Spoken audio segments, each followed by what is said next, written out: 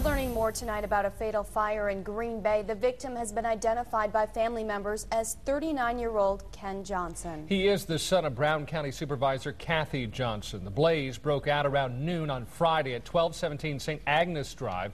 That's on Green Bay's far west side. Johnson, who was disabled and in a wheelchair, was unable to escape. Lou Hillman has more in this Fox 11 follow-up.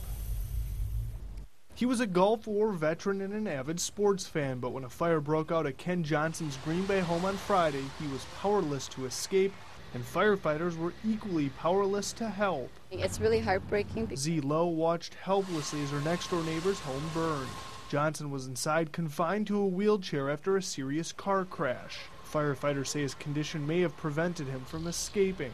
Neighbors say Johnson lived at the home with his fiancée and his service dog, Max. I've always known them as a sweet couple. You know, summer evenings, they'll come out and they'll sit on their patio. Simple memories, but one's neighbors say they will now miss. This morning was not like that.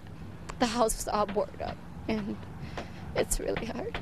While family and friends continue to cope with the tragic loss of a loved one, fire investigators are still trying to figure out how this fire started and why it spread so quickly. I spoke with the investigators this morning, and they said that they had the area of origin pinned down to a quadrant in that rear room where the victim was found. Early on, firefighters did enter the home, but Lieutenant Nick Craig says the fire was too hot and crews were pulled out of the home to fight it from the outside. It doesn't matter if the person's handicapped or not. It's always going into any burning building presents a challenge in itself. It's dangerous.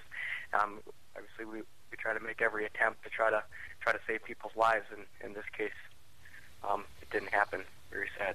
An autopsy was being performed Saturday to determine an exact cause of death. In Green Bay, Lou Hillman, Fox 11 News. Visitation for Ken Johnson will be held at Lindahl Funeral Home in Green Bay from 4 until 8 Monday night, and then again from 10 to 11 a.m. on Tuesday. Funeral services will follow that at 11 on Tuesday.